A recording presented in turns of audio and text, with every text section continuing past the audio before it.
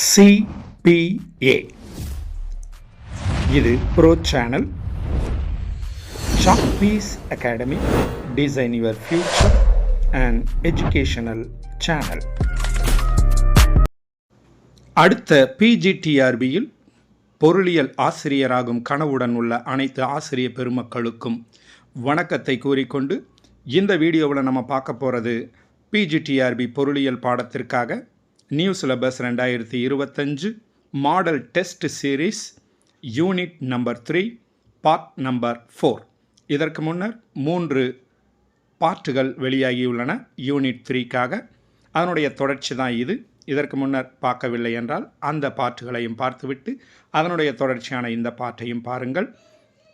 இந்த தேர்வில் நீங்கள் பங்கெடுக்க விரும்பினால் நீங்கள் மாத சந்தாதாரராக இருக்க வேண்டும்.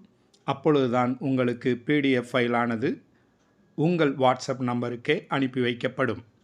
அதற்கு தேவையான விவரங்கள் அறிந்து கொள்ள இதில் காண்பிக்கப்படும் வாட்ஸ்அப் நம்பரில் தொடர்பு கொள்ளுங்கள். இந்த தேர்வானது எவ்வாறு நடக்கிறது என்றால், ஒவ்வொரு தேர்வுக்கு முன்னரும் அதனுடைய மெட்டீரியல் அனுப்பி வைக்கப்பட்டு அந்த மெட்டீரியல்களிலிருந்து வினாக்கள் தயாரிக்கப்பட்டு இந்த தேர்வானது நடத்தப்படுகிறது. விருப்பமுள்ளவர்கள் நமது குழுவில் சேர்ந்து பயணிக்கலாம். இப்போ நம்ம இந்த பாட்டில் வங்கியியல் என்னும் பாடத்திலிருந்து தான் வினாக்களை பார்க்க போகிறோம்.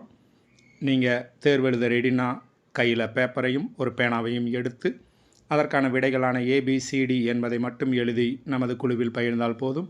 உங்களது மதிப்பெண்கள் உடனே உங்கள் வாட்ஸ்அப் நம்பருக்கும் PDF ஃபைலும் வந்து சேரும். இந்த வீடியோவினுடைய முதல் கேள்வி, ஏற்கனவே 75 வினாக்கள் யூனிட் 3க்காக உருவாக்கப்பட்டு வீடியோக்கள் வெளியாகியுள்ளன. அதனுடைய தொடர்ச்சியான இந்த கேள்வியை பார்க்குறோம். பாரத ஸ்டேட் வங்கி டேஷாம் ஆண்டிலிருந்து செயல்பட துவங்கியது. பாரத ஸ்டேட் வங்கி டேஷாம் ஆண்டிலிருந்து செயல்பட துவங்கியது. இதனுடைய options: April 5, 2007, April 1, 2017, April 4, 2018, April 5, 2016. உங்களது விடை என்ன? 77வது கேள்வி, இந்தியாவில் பண மதிப்பிழப்பு சமீபத்தில் டேஷாம் ஆண்டில் நடந்தது. இந்தியாவில் பண மதிப்பிழப்பு சமீபத்தில் டேஷாம் ஆண்டில் நடந்தது. இதனுடைய options: November 6, 2017, November 7, 2019, November 8, 2016, November 9, 2016. 78வது கேள்வி, நீண்ட கால நிதி கருவிகளை வாணிபம் செய்யும் சந்தை டேஷ் எனப்படும். நீண்டகால நிதி கருவிகளை வாணிபம் செய்யும் சந்தை டேஷ் எனப்படும். இதனுடைய ஆப்ஷன்ஸ்: மூலதன சந்தை, இணைய சந்தை, தினசரி சந்தை, பன்னாட்டு சந்தை. 79வது கேள்வி, கடன் வாங்குபவர் தொடர்ந்து 90 நாட்களில் வட்டியோ அல்லது கடன் தொகையின் பகுதியையோ செலுத்தாமல் இருந்தால் அதை டேஷ் என்கிறோம். கடன் வாங்குபவர் தொடர்ந்து 90 நாட்களில் வட்டியோ அல்லது கடன் தொகையின் பகுதியையோ செலுத்தாமல் இருந்தால் அதை டேஷ் என்கிறோம். இதனுடைய ஆப்ஷன்ஸ்: செயல்படும் சொத்து, செயல்படும் மூலதனம், செயல்படாத மூலதனம், செயல்படாத சொத்து. 80வது கேள்வி, பேடிஎம் என்பது டேஷ் ஆகும். பேடிஎம் என்பது டேஷ் ஆகும். அதாவது பேடிஎம் அப்படின்ற ஒரு செயலியில் நம்ம பணத்தை அனுப்புகிறோம் இல்லைங்களா, அதனுடைய விளக்கம்தான் என்ன, அதனுடைய செயல்பாடு தான் என்னன்றது தான் இதனுடைய கேள்வி. இதனுடைய ஆப்ஷன்ஸ்: இந்திய இணைய வர்த்தக பணம் வழங்கும் முறை, அடுத்து தானியங்கி பணம் வழங்கும் இயந்திர முறை, அடுத்து இந்திய மின்னணு வர்த்தக பணம் வழங்கும் முறை, அடுத்து மின்னணு வங்கி முறை. இதில் எந்த முறையில் பேடிஎம் செயல்படுகிறது என்பதுதான் கேள்வி. 81வது கேள்வி பார்க்குறோம். கீழ்கண்டவர்களில் டேஷ் என்பவர் பணவியல் அதிகார அமைப்பு பொருளாதாரத்தில் பணம் நடுநிலைத்தன்மை நோக்கம் கொண்டதாக இருக்க வேண்டும் என்ற கருத்தை வலியுறுத்தியவர் யார்?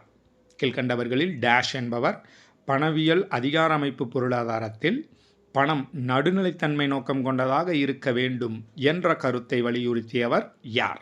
இதனுடைய options Robertson, Milton Friedman, castle, எவரும் இல்லை. 82வது கேள்வி, மாநில தொழில் மேம்பாட்டுக் கழகம் டேஷ் அரசுகளால் அமைக்கப்படுவது ஆகும். மாநில தொழில் மேம்பாட்டுக் கழகம் டேஷ் அரசுகளால் அமைக்கப்படுவது ஆகும். இதனுடைய ஆப்ஷன்ஸ் மத்திய அரசுகளால், அடுத்து மாநில அரசுகளால், மத்திய மற்றும் மாநில அரசுகளால், உள்ளாட்சி அரசுகளால். 83வது கேள்வி, வளர்ச்சி உதவி நிதி வழங்கும் வங்கி டேஷ். வளர்ச்சி உதவி நிதி வழங்கும் வங்கி டேஷ். இதனுடைய ஆப்ஷன்ஸ் இந்திய தொழிற்கடன் மற்றும் முதலீட்டுக் கழகம், இந்திய தொழில் நிதிக் கழகம், வட்டார ஊரக வங்கி, இந்திய தொழில் மேம்பாட்டு வங்கி. 84வது கேள்வி, விவசாய மறுகடன் மேம்பாட்டுக் கழகம் டேஷ் ஆண்டில் உருவாக்கப்பட்டது. விவசாய மறுகடன் மேம்பாட்டுக் கழகம் டேஷ் ஆண்டில் உருவாக்கப்பட்டது. இதனுடைய ஆப்ஷன்ஸ் 1963, 1953, 1983, 1993. 85வது கேள்வி, வட்டார ஊரக வங்கிகள் டேஷ் சதவிகித சட்டப்பூர்வ ரொக்க இருப்பு வைக்க அனுமதிக்கப்படுகிறது. வட்டார ஊரக வங்கிகள் டேஷ் சதவிகித சட்டப்பூர்வ ரொக்க இருப்பு வைக்க அனுமதிக்கப்படுகிறது. அதாவது வட்டார ஊரக வங்கிகளில் எத்தனை சதவீதம் ரொக்க இருப்பு வச்சுக்கலாம்ன்ற அனுமதி இருக்கிறதுன்றதான் கேள்வி. இதனுடைய ஆப்ஷன்ஸ் 3%, 25%, 15%, 20%. 86வது கேள்வி, டேஷ் ஆம் ஆண்டில் நபார்டு வங்கி தோற்றுவிக்கப்பட்டது. டேஷ் ஆம் ஆண்டில் நபார்டு வங்கி தோற்றுவிக்கப்பட்டது. இதனுடைய ஆப்ஷன்ஸ் பிப்ரவரி 1982, செப்டம்பர் 1962, ஜூன் 1972, ஜூலை 1982. 87வது கேள்வி, வட்டார ஊரக வங்கிகளுக்கு மறு கடன்களை வழங்குவது டேஷ் ஆகும். வட்டார ஊரக வங்கிகளுக்கு மறு கடன்களை வழங்குவது டேஷ் ஆகும். இதனுடைய ஆப்ஷன்ஸ் வட்டார வங்கி, ஊரக வங்கி, நபார்ட், மாநில கூட்டுறவு வங்கி. 88வது கேள்வியை பார்க்குறோம். பட்டியல் வங்கிகள் வெளியிடும் கடன் பத்திரங்களை வாங்கி அதன் மூலம் நிதி அளிப்பினை செய்வது டேஷ். பட்டியல் வங்கிகள் வெளியிடும் கடன் பத்திரங்களை வாங்கி அதன் மூலம் நிதி அளிப்பினை செய்வது டேஷ். இதனுடைய ஆப்ஷன்ஸ் வட்டார ஊரக வங்கிகள், நபார்ட், மாநில கூட்டுறவு வங்கி, விவசாய மறுகடன் மேம்பாட்டுக் கழகம். 89வது கேள்வி, இந்திய தொழில் நிதிக் கழகம் அமைக்கப்பட்ட ஆண்டு டேஷ். இந்திய தொழில் நிதிக் கழகம் அமைக்கப்பட்ட ஆண்டு டேஷ். இதனுடைய options July 1, 1948, June 1, 1952, March 1, 1978, November 8, 1958.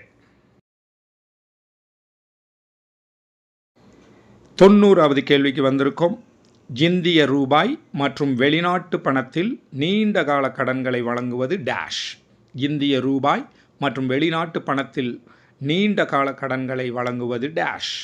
இதனுடைய ஆப்ஷன்ஸ் இந்திய முதலீட்டுக் கழகம், இந்திய தொழில் நிதிக் கழகம், இந்திய தொழில் மேம்பாட்டுக் கழகம், மாநில தொழில் மேம்பாட்டுக் கழகம். 91வது கேள்வி, ஊரக வளர்ச்சிக்கான ஆய்வு மற்றும் வளர்ச்சி நிதியினை பராமரிப்பது டேஷ் ஆகும். ஊரக வளர்ச்சிக்கான ஆய்வு மற்றும் வளர்ச்சி நிதியினை பராமரிப்பது டேஷ் ஆகும். இதனுடைய ஆப்ஷன்ஸ் வட்டார ஊரக வங்கிகள், மாநில கூட்டுறவு வங்கி, நபார்டு, விவசாய மறுகடன் மேம்பாட்டுக் கழகம். 92வது கேள்வி, தனியார் துறை தொழிற்துறையில் ஈடுபட டேஷ் நிதியுதவி அளிக்கிறது. தனியார் துறை தொழிற்துறையில் ஈடுபட டேஷ் நிதியுதவி அளிக்கிறது. இதனுடைய ஆப்ஷன்ஸ் இந்திய முதலீட்டுக் கழகம், இந்திய தொழில் நிதிக் கழகம், இந்திய தொழில் மேம்பாட்டுக் கழகம், மாநில தொழில் மேம்பாட்டுக் கழகம். 93வது கேள்வி பார்க்குறோம். இந்திய தொழிற்கடன் மற்றும் முதலீட்டுக் கழகம் டேஷ் நாளில் ஆரம்பிக்கப்பட்டது. இந்திய தொழிற்கடன் மற்றும் முதலீட்டுக் கழகம் டேஷ் நாளில் ஆரம்பிக்கப்பட்டது. இதனுடைய ஆப்ஷன்ஸ் மார்ச் 8, 1955, நவம்பர் 7, 1955, பிப்ரவரி 5, 1955, ஜனவரி 5, 1955. 94வது கேள்வி, பன்னாட்டு மூலதன சந்தையிலிருந்து தனக்கான நிதியை பெறுகிற நிறுவனம் டேஷ். பன்னாட்டு மூலதன சந்தையிலிருந்து தனக்கான நிதியை பெறுகிற நிறுவனம் டேஷ். இதனுடைய ஆப்ஷன்ஸ் இந்திய முதலீட்டுக் கழகம், இந்திய தொழில் நிதிக் கழகம், இந்திய தொழிற்கடன் மற்றும் முதலீட்டுக் கழகம், மாநில தொழில் மேம்பாட்டுக் கழகம்.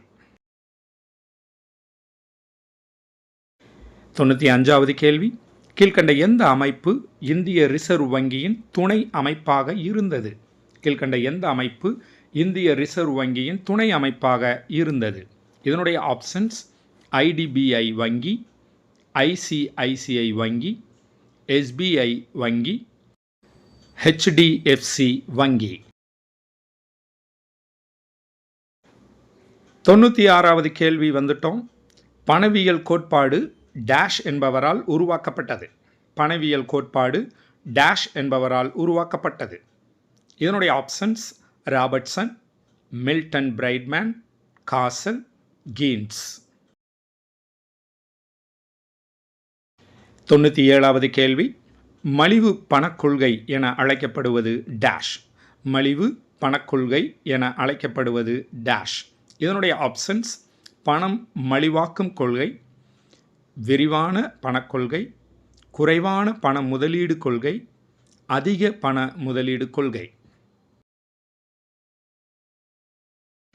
98வது கேள்வி, விலை நிலைத்தன்மை ஏற்படுத்துவது பணவியல் கொள்கையின் முக்கிய நோக்கமாகும் என்றவர் டேஷ். விலை நிலைத்தன்மை ஏற்படுத்துவது பணவியல் கொள்கையின் முக்கிய நோக்கமாகும் என்றவர் டேஷ். இதனுடைய ஆப்ஷன்ஸ் ஹேயக், ராபர்ட்சன், விக்ஸ்டெட், கீன்ஸ். 99வது கேள்வி, ஆர்டிஜிஎஸ்ஸில் குறைந்தபட்சம் அனுப்பும் தொகை டேஷ் ஆகும். ஆர்டிஜிஎஸ்ஸில் குறைந்தபட்சம் அனுப்பும் தொகை டேஷ் ஆகும். இதனுடைய ஆப்ஷன்ஸ் குறைந்தபட்சம் என்பது இல்லை, 5 லட்சம் ரூபாய், 2 லட்சம் ரூபாய், 10 லட்சம் ரூபாய். 100வது கேள்வி, நெஃப்ட் என்று சொல்லக்கூடிய NEFTயில் குறைந்தபட்சம் அனுப்பும் தொகை டேஷ். நெஃப்டில் குறைந்தபட்சம் அனுப்பும் தொகை டேஷ். இதனுடைய ஆப்ஷன்ஸ் குறைந்தபட்சம் என்பது இல்லை, 5 லட்சம் ரூபாய், 2 லட்சம் ரூபாய், 10 லட்சம் ரூபாய். விடைகள் அனைத்தையும் எழுதிவிட்டீர்கள் என்று நம்புகிறோம். உங்களது விடைகளை உடனடியாக நமது வாட்ஸ்அப் குழுவில் பகிர்ந்து உங்களது மதிப்பெண்களையும் PDF ஃபைலையும் பெற்றுக்கொள்ளுங்கள். இந்த வீடியோவை நீங்கள் முதலாக பார்க்குறீங்கன்னா நீங்களும் இந்த தேர்வில் பங்கெடுத்து கொள்ள இந்த வீடியோவில் காண்பிக்கும் வாட்ஸ்அப் நம்பரை தொடர்பு கொள்ளுங்கள். மிக குறைந்த கட்டணத்தில் சேர்ந்து கொள்ளலாம். மீண்டும் அடுத்த வீடியோவில் சந்திப்போம். மனமார்ந்த வாழ்த்துக்களுடன் உங்கள் சாக் பீஸ் அகாடமி.